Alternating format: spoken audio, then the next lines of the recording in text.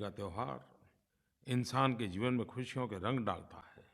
प्रेम, भाईचारा, मानवता से ओतप्रोत वातावरण में हम आखिरी महीने फाल्गुन को विदा करने वाले हैं और नए मास चैत्र का स्वागत करने को तैयार बैठे हैं।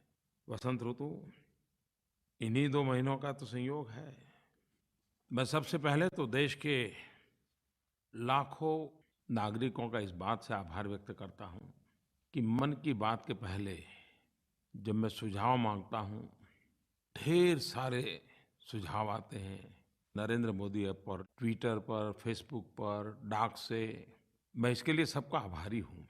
मुझे शोभा जालान, उन्होंने नरेंद्र मोदी ऐप पर लिखा है कि बहुत सारी पब्लिक इसरो की उपलब्धियों के बारे में अवेयर नहीं है और इसलिए उन्होंने कहा है कि मैं 104 सैटेलाइट्स के लॉन्च और इंटरसेप्टर मिसाइल के बारे में कुछ जानकारी दूं। शोभा जी, आपका बहुत-बहुत आभार। ये भारत के गर्व की मिसाल को आपने याद किया। चाहे गरीबी से निपटना हो, बीमारियों से बचना हो, दुनिया से जुड़ना हो, ज्ञान, जानकारियाँ पहुँचाना हो, टेक्नोलॉजी ने, विज्ञान ने अपनी जगह दर्ज करा दी है। 15 फरवरी 2017 भारत के जीवन में गौरवपूर्ण दिवस है। हमारे वैज्ञानिकों ने विश्व के सामने भारत का सर गर्व से ऊंचा किया है और हम सब जानते हैं कि इसरो ने कुछ वर्षों में कई अभूतपूर्व मिशन को सफलतापूर्वक पूर्ण किए हैं। मंगल ग्रह पर मार्स मिशन, मंगलयान भेजने की कामयाबी के बाद अभी पिछले दिनों इसरो ने अंतरिक्ष के क्षेत्र में एक विश्व रिकॉर्ड बनाया।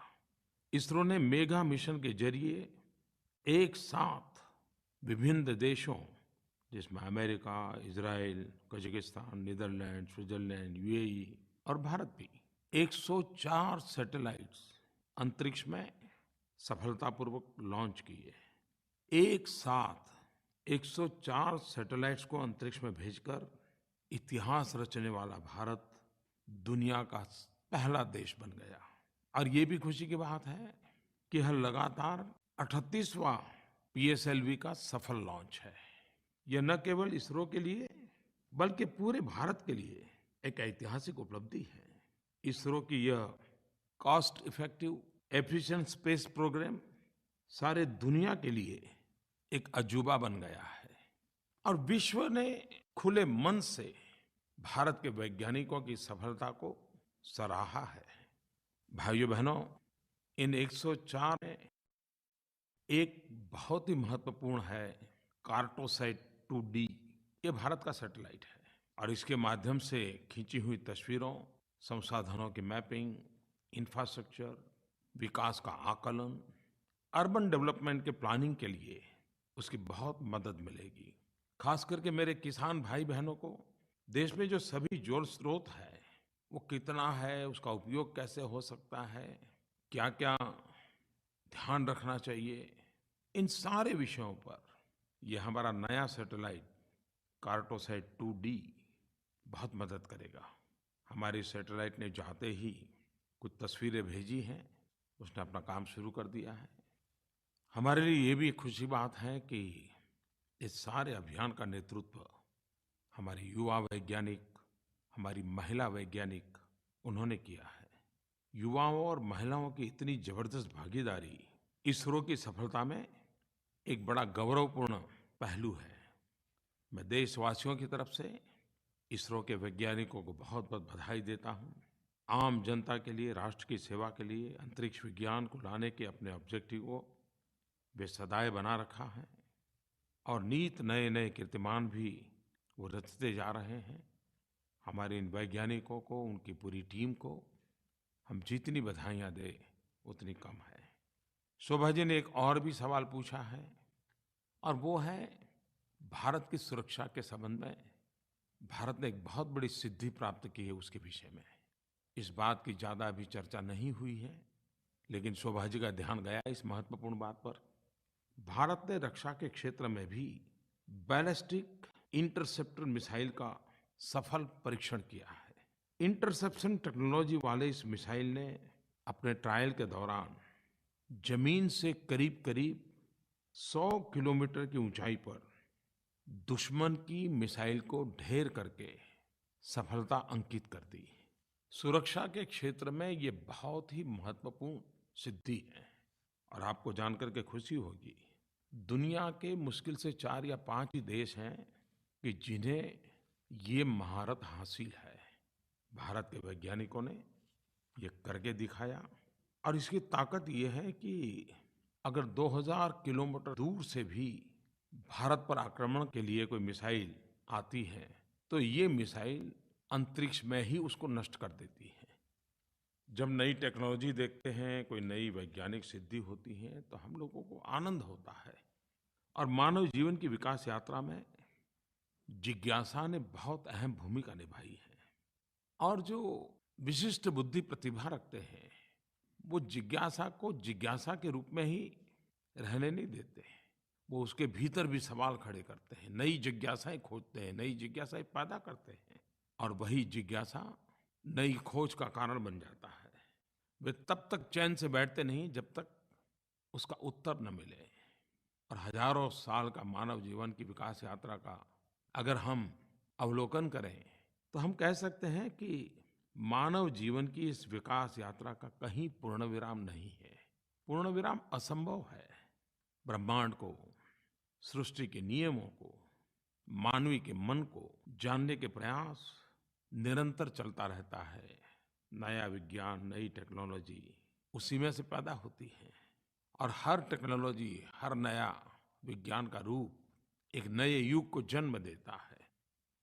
मेरे प्यारे नौजवानों, जब हम विज्ञान और वैज्ञानिकों के कठिन परिश्रम की बात करते हैं, तो कई बार मैंने मन की बात में इस बात को कहा है कि हमारे युवा पीढ़ी का विज्ञान के प्रति आकर्षण बढ़ना चाहिए। देश को बहुत सारे वैज्ञानिकों की ज़रूरत है। आज का वैज्ञानिक आने वाले युगों में, आने वाली पीढ़ियों के जीवन में एक स्थायी बदलाव का कारण बनता है। महात्मा गांधी कहा करते थे, No science has dropped from the skies in a perfect form. All sciences develop and are built up through experience. पूज्य बापू ने ये भी कहा था, I have nothing but praise for the zeal, industry and sacrifice that have animated the modern scientists in the pursuit after truth. विज्ञान जब जन सामान्य की आवश्यकताओं को ध्यान में रख करके उन सिद्धांतों का सहज उपयोग कैसे हो, उसके लिए माध्यम क्या हो, टेक्नोलॉजी कौन सी हो, क्योंकि सामान्य मानवीय के लिए तो वही सबसे बड़ा महत्वपूर्ण योगदान माना जाता है। पिछले दिनों नीति आयोग एवं भारत के विदेश मंत्रालय ने 14वें प्रवासी भारतीय दिवस के समय एक बड़ी यूनिक प्रकार की कंपटीशन की योजना की थी। समाज उपयोगी इनोवेशन को इनवाइट किया गया। ऐसे इनोवेशंस को आइडेंटिफाई करना, शोकेस करना, लोगों को जानकारी देना और ऐसे इनोवेशन जन सामान्य के लिए कैसे काम आए, मास प्रोडक्शन कैसे हो, उसकी कमर्शियल यूटिलाइजेशन कैसे हो। और मैंने जब उसे देखा तो मैंने देखा कि कितने बड़े महत्वपूर्ण काम किए हैं। जब से एक इनोवेशन मैंने देखा जो हमारे गरीब मछुआरे भाइयों के लिए बनाया गया है। एक सामान्य मोबाइल ऐप बनाई है, लेकिन उसकी ताकत इतनी है कि मछुआरा फिशिंग के लिए जब जाता है तो कहाँ जाना, सबसे ज़्यादा फिश जोन अच्छा कहाँ पर है, हवा की दिशा क्या है, स्पीड क्या है, लहरों की ऊंचाई कितनी है, यानी एक मोबाइल ऐप पर सारी जानकारियाँ उपलब्ध। और इससे हमारे मछुआरे भाई बहुत ही कम समय में जहाँ अधिक मछलियाँ हैं वहाँ पहुँच करके अपना अर्थ उपार्जन कर सकते हैं। कभी-कभी समस्या भी समाधान के लिए विज्ञान की महत्ता को प्रदर्शित करता है। मुंबई के अंदर 2005 में बहुत बारिश हुई, फ्लड आया, समंदर में भी भरती आ गई और बहुत परेशानियाँ हुई। और जब कोई भी प्राकृतिक संकट आता है तो सबसे पहले संकट गरीब को आता है। 2 लोगों ने बड़े मन से इसमें काम किया और उन्होंने एक ऐसे मकान की रचना को विकसित किया जो ऐसे संकट से घर को बचाता है, घर में रहने वालों को बचाता है, जल भराव से भी बचाता है, वाटर बॉर्न डिसीज से भी बचा सकता है। खैर बहुत सारे इनोवेशंस थे। कहने का तात्पर्य ये है कि समाज में, देश में इस प्रकार की भूमिका के लोग बहुत होते हैं और हमारा समाज भी तो टेक्नोलॉजी ड्रिवन होता जा रहा है, व्यवस्थाएं टेक्नोलॉजी ड्रिवन होती जा रही है। एक प्रकार से टेक्नोलॉजी हमारे जीवन का अभिन्न अंग बन रहा है। पिछले दिनों डिजिधन पर बड़ा बल दिखाई दे रहा है। धीरे-धीरे लोग नकद से निकल करके डिजिटल करेंसी की तरफ आगे बढ़ रहे हैं। भारत में भी डिजिटल ट्रांजैक्शन बहुत तेज़ी से बढ़ रहा है। ख़ास करके युवा पीढ़ी अपने मोबाइल फ़ोन से ही डिजिटल पेमेंट की आदी बनती जा रही है। ये शुभ संकेत मानता हूँ मैं। हमारे देश में पिछले दिनों लकी ग्राहक योजना, डिजिधन व्यापारी योजना, उसको भारी समर्थन मिला है। करीब-करीब 2 महीने हो गए हैं।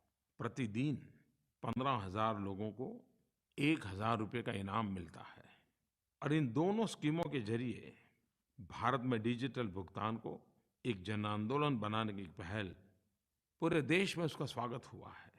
और ये खुशी की बात है कि अब तक डिजिधन योजना के तहत 10 लाख लोगों को तो इनाम मिल चुका है। 50,000 से ज़्यादा व्यापारियों को इनाम मिल चुका है और करीब-करीब 150 करोड़ से भी ज़्यादा रकम इस इनाम में इस महान अभियान को आगे बढ़ाने वाले लोगों को मिला है। इस योजना के तहत 100 से ज़्यादा ग्राहक ये हैं जिनको 1-1 लाख रुपए का इनाम मिला है। 4,000 से ज़्यादा व्यापारी वो हैं जिनको 50-50 हज़ार रुपये के इनाम मिले हैं। किसान हो, व्यापारी हो, छोटे उद्यमी हो, पेशेवर हो, घरेलू महिलाएं हो, विद्यार्थी हो, हर कोई इसमें बढ़-चढ़ कर के हिस्सा ले रहा है, उनको लाभ भी मिल रहा है। जब मैंने उसका एनालिसिस पूछा कि भई देखिए सिर्फ नौजवान ही आते हैं कि बड़ी आयु के लोग भी आते हैं, तो मुझे खुशी हुई कि इनाम प्राप्त करने वालों में 15 साल के युवा भी हैं, तो 65-70 साल के बुजुर्ग भी हैं। मैसूर से श्रीमान संतोष जी ने हर्ष जताते हुए नरेंद्र मोदी ऐप पर लिखा है कि उन्हें लकी ग्राहक योजना के तहत 1,000 रुपये का रिवॉर्ड मिला। लेकिन सबसे बड़ी बात जो उन्होंने लिखी है, जो मुझे लगता है कि मुझे शेयर करना चाहिए, उन्होंने कहा कि मुझे 1,000 रुपये का ये रिवॉर्ड मिला और उसी समय मेरे ध्यान में आया कि एक गरीब वृद्ध महिला का घर में आग लग गई थी, सामान जल गया था। तो मुझे लगा कि ये जो मुझे इनाम मिला है शायद इसका हक इस गरीब वृद्ध माँ का है, तो मैंने 1,000 रुपया उसी को दे दिए। मुझे इतना संतोष मिला। संतोष जी, आपका नाम और आपका काम हम सबको संतोष दे रहा है। आपने एक बहुत बड़ा प्रेरक काम किया। दिल्ली के 22 वर्षीय कार चालक भाई सबीर, अब वो अपने कामकाज में नोटबंदी के बाद डिजिटल कारोबार से जुड़ गए और सरकार की जो लकी ग्राहक योजना थी, उनमें वो 1 लाख रुपए का इनाम मिल गया। अब आज वो कार चलाते हैं, लेकिन एक प्रकार से इस योजना के एम्बेसडर बन गए हैं। सभी पैसेंजरों को पूरा समय ये डिजिटल का ज्ञान देते रहते हैं, इतने उत्साह से बातों को बताते रहते हैं, औरों को भी प्रोत्साहित करते हैं। महाराष्ट्र से एक युवा साथी पूजा नेमाड़े, जो पीजी की छात्रा है, उन्होंने भी रुपे कार्ड, ई-वॉलेट का उपयोग अपने परिवार में कैसे हो रहा है और इसको करने में कितना आनंद आ रहा है, इसका अपना अनुभव अपने साथियों को शेयर करती रहती हैं और 1 लाख रुपए का इनाम उसके लिए कितना मायना रखता है। लेकिन उसने इसे एक अपने मिशन मोड में ले लिया है और वो भी औरों को इस काम के लिए लगा रही हैं। मैं देशवासियों से, देश के युवकों से खास करके और इस लकी ग्राहक योजना या तो डिजिधन व्यापार योजना, उन्हें जो इनाम मिला है, उनसे मैं आग्रह करूँगा कि आप स्वयं इसके एम्बेसडर बनिए। इस आंदोलन का आप नेतृत्व कीजिए, आप इसको आगे बढ़ाइए और ये काम एक प्रकार से भ्रष्टाचार और काले धन के खिलाफ जो लड़ाई है, इसमें बहुत बड़ा अहम भूमिका है इसकी। इस काम में जुड़े हुए हर कोई मेरी दृष्टि से देश में एक नई एंटी करप्शन कैडर है। एक प्रकार से आप शुचिता के सैनिक हैं। आप जानते हैं, ये लकी ग्राहक योजना 100 दिन जब पूरे होंगे, 14 अप्रैल डॉक्टर बाबा साहब आम्बेडकर की जयंती का पर्व है, यादगार दिवस है। 14 अप्रैल को एक बहुत बड़ा करोड़ों रुपयों के प्राइज का ड्रॉ होने वाला है। अभी करीब 40-45 दिन बचे हैं। बाबा साहब आम्बेडकर को याद रखते हुए कि आप एक काम कर सकते हैं, अभी-अभी बाबा साहब आम्बेडकर की 125वीं जयंती गई है। उनका स्मरण करते हुए आप भी कम से कम 125 लोगों को भीम ऐप डाउनलोड करने का सिखाएं, उससे लेन-देन कैसे होती है वो सिखाएं और ख़ास करके अपने आसपास के छोटे-छोटे व्यापारियों को सिखाएं। इस बार की बाबा साहब आम्बेडकर की जयंती और भीम ऐप, इसको विशेष महत्व दें। और इसलिए मैं कहना चाहूँगा, डॉक्टर बाबा साहब ने रखी नींव को हमें मजबूत बनाना है। घर-घर जाकर सबको जोड़कर 125 करोड़ हाथों तक भीम ऐप पहुँचाना है। पिछले 2-3 महीने से ये जो मूवमेंट चला है, उसका असर ये है कि कई टाउनशिप, कई गांव, कई शहरों में बहुत ही सफलता प्राप्त हुई है।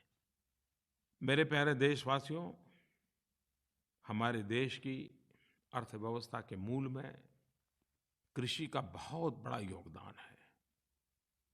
गांव की आर्थिक ताकत देश की आर्थिक गति को ताकत देती है। मैं आज एक बहुत खुशी की बात आपको कहना चाहता हूँ। हमारे किसान भाइयों बहनों ने कड़ी मेहनत करके अन्न के भंडार भर दिए हैं। हमारे देश में किसानों के परिश्रम से इस वर्ष रिकॉर्ड अन्न उत्पादन हुआ है। सारे संकेत यही कह रहे हैं कि हमारे पुराने सारे रिकॉर्ड तोड़ दिए हैं। खेतों में इस बार फसल ऐसी लहराई है, हर रोज लगने लगा जैसे पोंगल और बैसाखी आज ही मनाई है। इस वर्ष देश में लगभग 2,700 लाख टन से भी ज्यादा खाद्यान्न का उत्पादन हुआ है। हमारे किसानों के नाम जो आखिरी रिकॉर्ड अंकित हुआ था, उससे भी ये 8% ज्यादा है। तो ये अपने आप में अभूतपूर्व सिद्धि है। मैं विशेष रूप से देश के किसानों का धन्यवाद करना चाहता हूँ।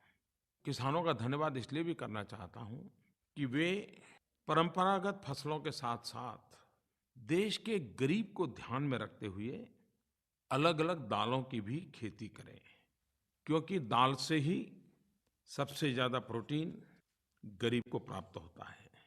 मुझे खुशी है कि मेरे देश के किसानों ने गरीबों की आवाज़ सुनी और करीब-करीब 290 लाख हेक्टेयर धरती पे भिन्न-भिन्न दालों की खेती की। ये सिर्फ दाल का उत्पादन नहीं है, किसानों के द्वारा हुई मेरे देश के गरीबों की सबसे बड़ी सेवा है। मेरी एक प्रार्थना को, मेरी एक विनती को मेरे देश के किसानों ने जिस प्रकार से सर आँखों पर बिठा करके मेहनत की और दालों का रिकॉर्ड उत्पादन किया, इसके लिए मेरे किसान भाई-बहन विशेष धन्यवाद के अधिकारी हैं। मेरे प्यारे देशवासियों, ये हमारे देश में सरकार के द्वारा, समाज के द्वारा, संस्थाओं के द्वारा, संगठनों के द्वारा, हर किसी के द्वारा स्वच्छता के दिशा में कुछ न कुछ चलता ही रहता है। एक प्रकार से हर कोई किसी न किसी रूप में स्वच्छता के संबंध में जागरूक व्यवहार करता नजर आ रहा है। सरकार निरंतर प्रयास कर रही है।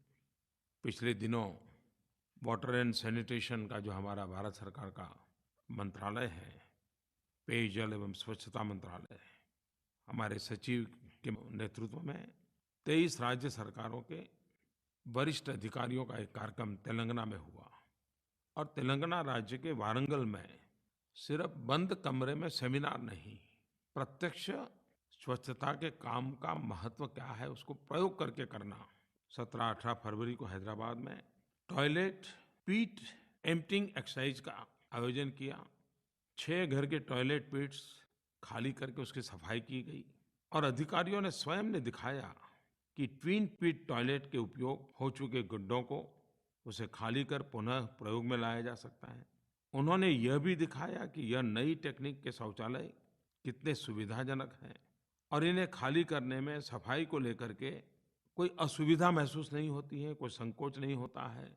जो साइकोलॉजिकल बैरियर होता है वो भी आड़े नहीं आता है और हम भी और सामान्य सफाई करते हैं वैसे ही एक टॉयलेट के गड्ढे साफ कर सकते हैं।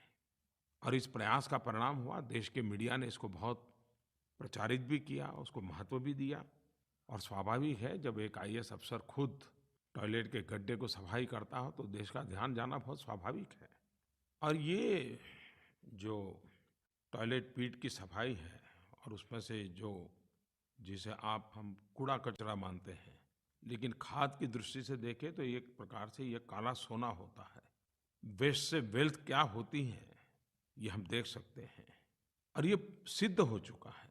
6 सदस्यीय परिवार के लिए एक स्टैंडर्ड ट्विन पिट टॉयलेट ये मॉडल लगभग 5 वर्ष में भर जाता है। इसके बाद कचरे को आसानी से दूर कर दूसरे पिट में रीडायरेक्ट किया जा सकता है। 6-12 महीनों में पिट में जमा कचरा पूरी तरह से डिकम्पोज हो जाता है। यह डिकम्पोज कचरा हैंडल करने में बहुत ही सुरक्षित होता है और खाद्य की दृष्टि से अत्यंत महत्वपूर्ण खाद्य एनपीके, किसान भली भांति एनपीके से परिचित है। नाइट्रोजन, फास्फोरस, पोटेशियम ये पोषक तत्वों से पूर्ण होता है और यह कृषि क्षेत्र में बहुत ही उत्तम खाद्य माना जाता है। जिस प्रकार से सरकार ने ये इनिशिएटिव लिया है और हमें भी बहुत इनिशिएटिव ऐसे प्रयोग किए होंगे और अब तो दूरदर्शन में स्वच्छता समाचार का एक विशेष कार्यक्रम आता है, उसमें ऐसी बातें जितनी उजागर होगी उतना लाभ होगा। सरकार में भी अलग अलग डिपार्टमेंट स्वच्छता पखवाड़ा रेगुलर मनाते हैं। मार्च महीने के प्रथम पखवाड़े में महिला और बाल विकास मंत्रालय, उनके साथ जनजाति विकास मंत्रालय, ट्राइबल अफेयर्स मिनिस्ट्री ये स्वच्छता अभियान को बल देने वाले हैं।